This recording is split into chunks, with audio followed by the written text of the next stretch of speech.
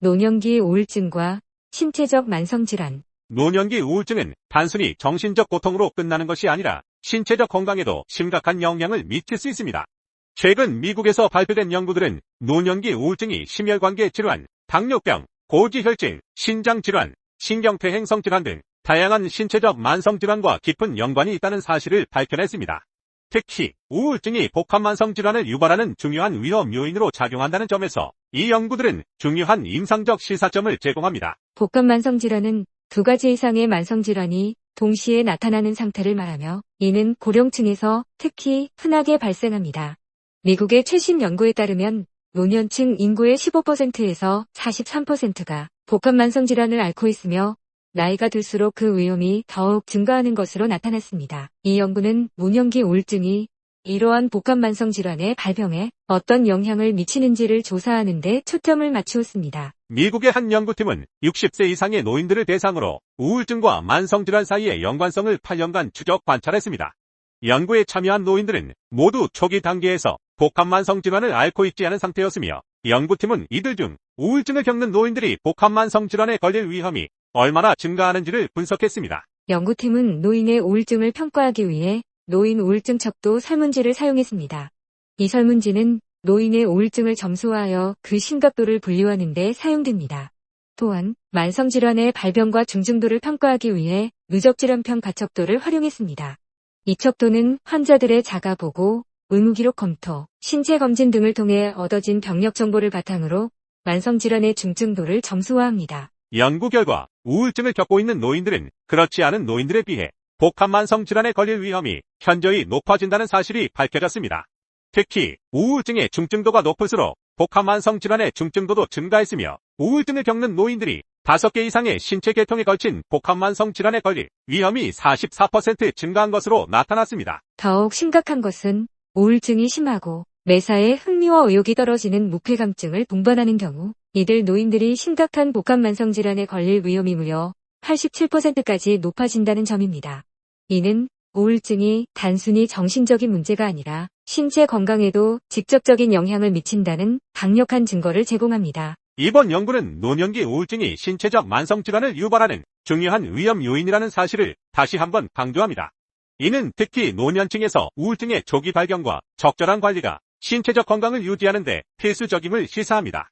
미국 연구진은 우울증을 효과적으로 관리함으로써 복합만성질환의 발병을 예방할 수 있다는 점을 강조하며 의료진들이 노인 환자들의 정신건강을 정기적으로 평가하고 이를 토대로 종합적인 건강관리 계획을 수립할 것을 권장하고 있습니다. 미국의 최신 연구 결과는 노년기 우울증이 단순히 정신적 고통으로 끝나지 않고 심각한 신체적 만성질환의 위험을 증가시킨다는 점을 분명히 보여줍니다.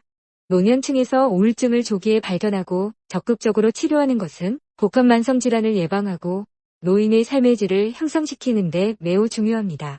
이러한 연구 결과를 바탕으로 노년층의 정신건강과 신체 건강을 통합적으로 관리하는 접근이 더욱 필요할 것입니다. 우울증 치유, 단계별 접근과 치료 전략. 우리의 삶에서 정신건강의 중요성은 갈수록 커져가고 있습니다. 특히 우울증은 그 어느 때보다 많은 사람들이 직면하고 있는 도전 중 하나입니다.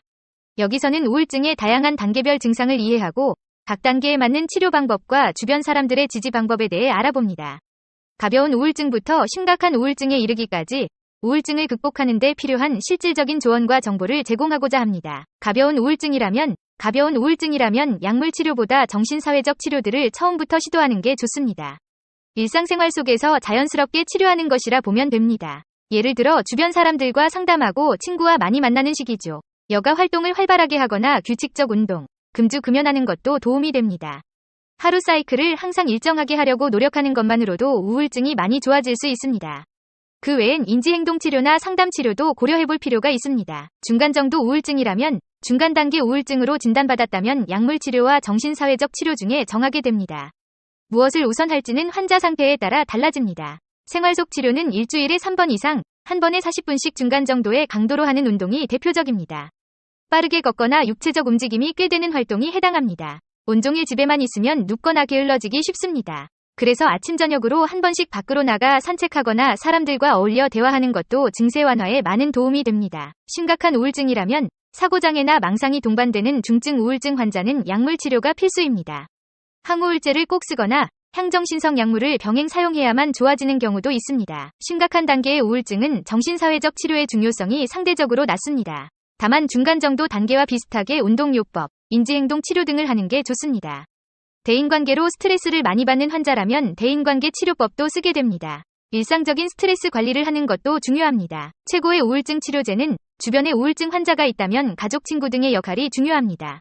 일부 가족은 환자들에게 의지가 약하다라거나 정신력이 약하다, 게으르다면서 비난하고 야단치곤 합니다. 하지만 우울증을 앓는 사람은 이미 열등감이 가득 찬 상황에서 자신을 더 자책하게 되고 우울증이 약화하는 경우가 종종 생깁니다. 우울증 환자는 뭘 하고 싶어도 할 수 없는 상태에 있는 경우가 많습니다.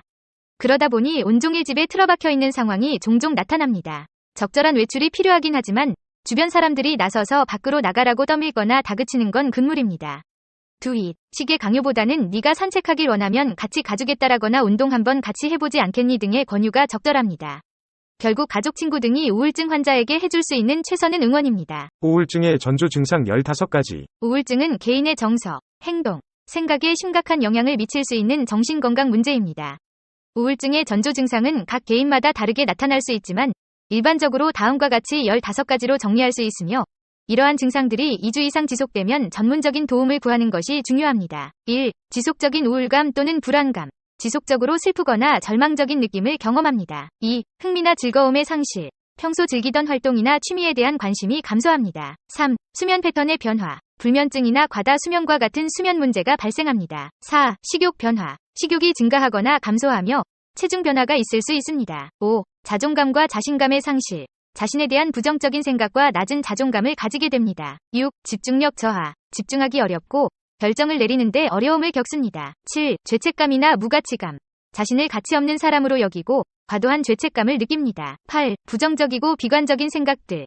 지속적으로 부정적이고 비관적인 생각을 합니다. 9. 사회적 고립과 대인관계에서의 철수. 사람들과의 접촉을 피하고 혼자 있는 시간이 많아집니다. 10. 자살 생각이나 자해 행동. 자살에 대한 생각이 들거나 자해 행동을 할 수 있습니다. 11. 에너지 부족과 만성적인 피로감.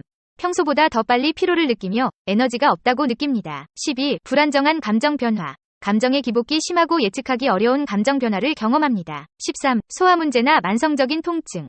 설명할 수 없는 소화 문제나 지속적인 신체적 통증이 있을 수 있습니다. 14. 성적 욕구의 감소. 성적인 관심이나 욕구가 감소합니다. 15. 비관적이고 절망적인 미래에 대한 생각. 미래에 대한 희망이나 기대가 없고 지속적으로 비관적인 생각을 합니다. 유용하게 보셨다면 이 주제에 대한 여러분의 의견을 댓글로 달아주세요. 철학 증명 문제. 왜 성필원이 세상에 존재해야 하는가? 왜 무가 아니고 유여야 하는가? 세상에 성필원이라는 존재가 없다고 가정해보자.